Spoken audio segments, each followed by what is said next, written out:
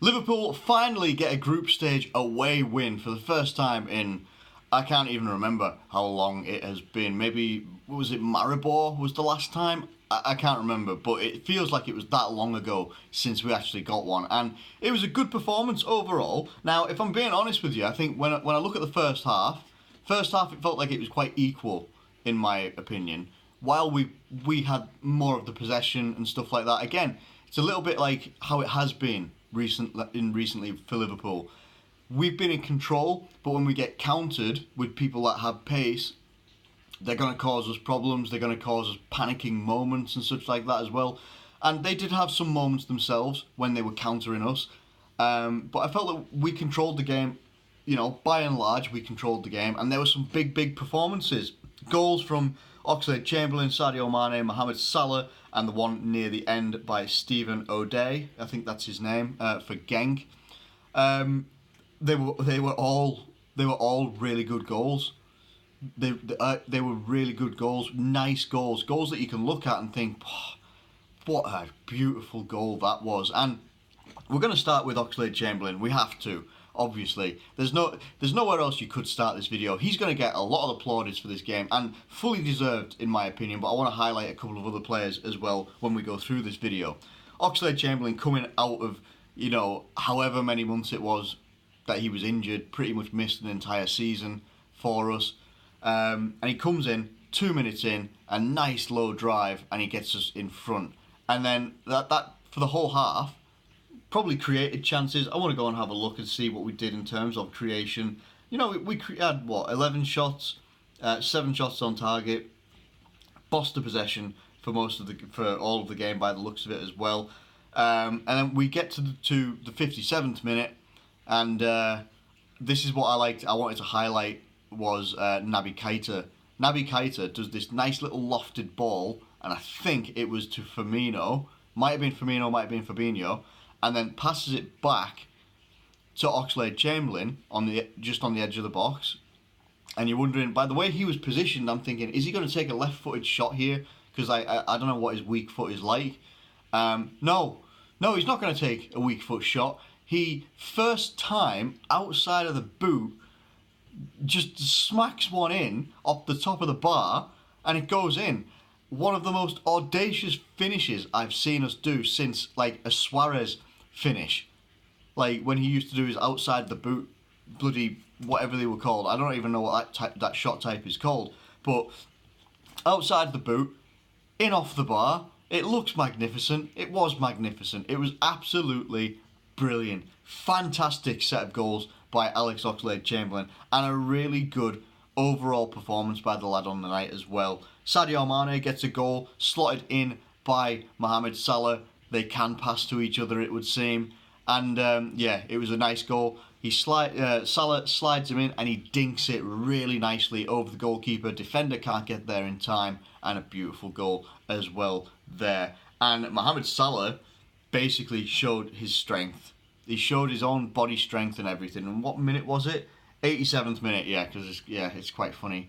87th minute, Mohamed Salah, he's wrestling with the defender and literally just uses his body weight and his body strength, turns, slides himself across, and he uses his weak foot, his right foot, and he slots it past the goalkeeper for 4-0. And literally a minute later, Stephen O'Day goes and scores his goal, which basically came from Lovren switching off out wide, and then the rest of the defence kind of were like, what the hell? Dude, what? And it just looked like they weren't ready for what was happening. I think Alisson pushed up a little bit, and he slotted it home for 4-1. But on the night, we had 68 possession, all this sort of business. 4 players really stick out in my mind. Obviously, Firmino is absolutely, for that little Rabona pass that he did to Sadio Mane to create a chance early on. We all know Firmino is a creative genius. He really is. He's one of the most creative strikers in the world, if he isn't the most creative striker in the world. Didn't get on the score sheet himself, but he never really has. He doesn't have to. When he's doing things like that and what he's providing for the people that are around him as well, he's fantastic. He's absolutely magnificent. Other player, obviously Oxlade-Chamberlain, probably man of the match, to be fair. His contribution was fantastic. He was up and down the pitch, not just only his own goals, but he was magnificent everywhere. He was chasing down balls, he was linking up play very well. Basically, their midfield and their defence didn't know where to pick up Oxlade-Chamberlain. They didn't know. It's not like he's just a set midfielder and he's just going to sit in midfield. He's got pace, he's got good mobility. He can go up and down the pitch at will. He can play out wide if he wants to because he's got the pace to cover that. They were just like, where's this guy going next? Like, they just didn't seem to know how to track Oxlade-Chamberlain. That was really, really nice, actually. Third player for me, Fabinho. Fabinho is probably the best midfielder I've seen us have in terms of defensive qualities. And probably overtakes Mascherano, in my eyes, because he just brings so much more to his game as well in terms of passing, vision. He was very key early on in the first half as well, especially when it looked like, when we could get countered a bit more than we actually did.